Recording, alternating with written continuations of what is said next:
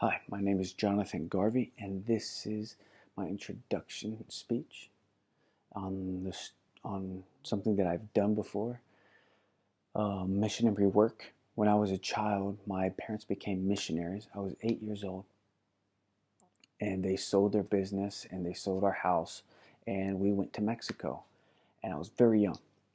I grew up there doing different works like this, but one specific work that I remember is when earthquakes happened in Mexico. Big earthquake, and it wasn't only an earthquake; it was actually mudslides, massive mudslides, and it caused devastation. It's specifically in a town called Nanacamilpa, and we went to this town, Nanacamilpa, after it was completely devastated because it was raining for weeks, and then an earthquake happened, and then it shook the foundations of the entire village, basically, and the village came down in a mudslide. The Mexican government couldn't help.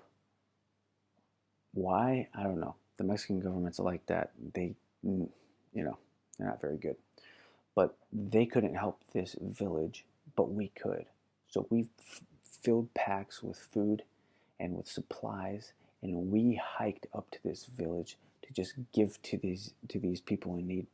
We did that several times with teams from the United States who wanted to also just share in compassion and share with these people.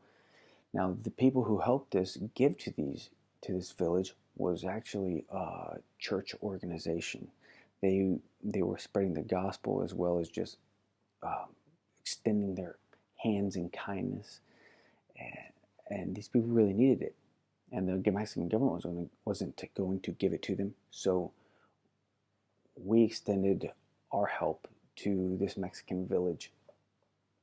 We went out there, and several times all we did was just say, "Hey, God bless you." We gave them these care packages, if you will, and they were like, "Hey, thanks, thanks, thanks."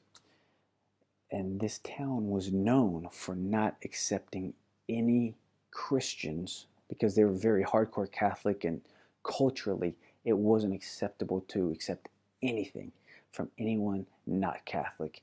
But we went up there and hey, we gave it to them, and they were grateful because they were in need. So we gave them these care packages, and they were like, "Hey, yeah, great, thank you." And by the third time we go up there and we give them their care packages, they're like, "What's going on? What do you guys want?" We're like, "Oh, hey, we just, Jesus loves you, whatever. We just want to give you something." And so they were like, "Okay, well, hey, if you want to come and just talk to us, well, we can get the whole village together and you can talk to us. And that's cool because you guys have shown that you care about us." So we're like, "All right, cool." So we go and the whole town is gathered, and we're just able to just love them and tell them what we believed. Jesus loves them, and share them what our hearts were. But it was through kindness that we did that, and we didn't force anything upon anybody except extend love to people who were in extreme need, who didn't have water, who didn't have food, who didn't have shelter, whose whole village was completely wiped out. And it was just through kindness that they accepted these things. And I believe that kindness is the best means of reaching people. There was no forced ideology. There was only kindness that we showed. And after showing kindness, they wanted to hear the reason why we were even being kind. And I had the privilege of doing that. I have the privilege of seeing these things happen. Not the privilege of forcing my religion on anybody, but the privilege of just loving people and being able to take food to those who were hungry. And I think that was one of the coolest experiences of my life. And change, I don't believe, comes through force. True change, it comes through compassion. Kindness is the best means of reaching people. And in this crazy world of polarizing ideas, kindness can be more effective in an approach, even to those we disagree with.